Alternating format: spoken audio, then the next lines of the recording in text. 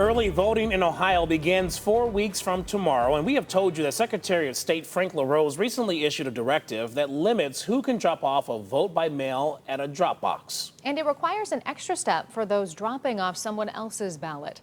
News 5's John Cossack continues to follow this and explains now it's a move that has left local boards of elections scrambling to come up with a solution.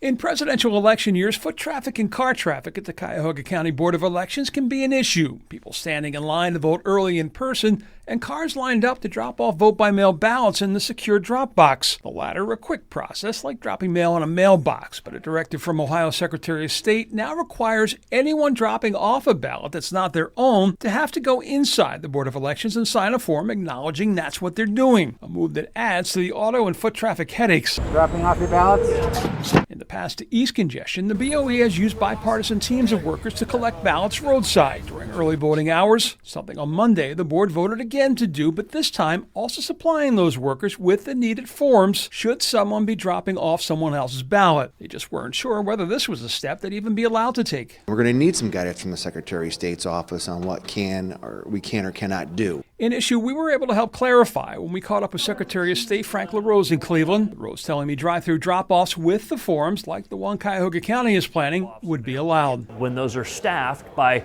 Republican and Democratic elections officials, they can do that as like a drive-through operation where they're out in the parking lot. They can have you sign the attestation right there in your car and not have to go inside. Welcome news here. So it sounds like, per your discussion, he is thinking about these things, and hopefully we can get resolution quickly, answers to these questions quickly. As for why the directive was even issued, LaRose blamed a court ruling that he said created a loophole that could lead to ballot harvesting or the collecting and delivering of other people's vote-by-mail ballots, which is illegal in Ohio. Have we seen any evidence of ballot harvesting? Oh, sure.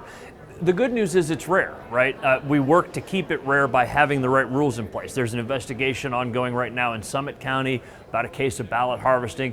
It happens on both sides of the aisle, but it is illegal and we need to work to prevent it. And the way that we prevent it is by having our guard up. In Cleveland, John Cossack, News 5.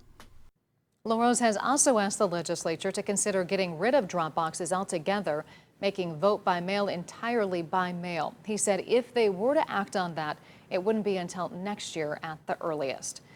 And the November election, again, 8 weeks away, but the deadline to register to vote is 4 weeks from today. In Ohio, it is very easy to register. You can either fill out a paper application and mail it to your Board of Elections or complete the form online at voteohio.gov. Election officials want you to know, they tell John, it is also a very secure process, and they take steps to make sure that only those who are eligible to vote can even register to vote.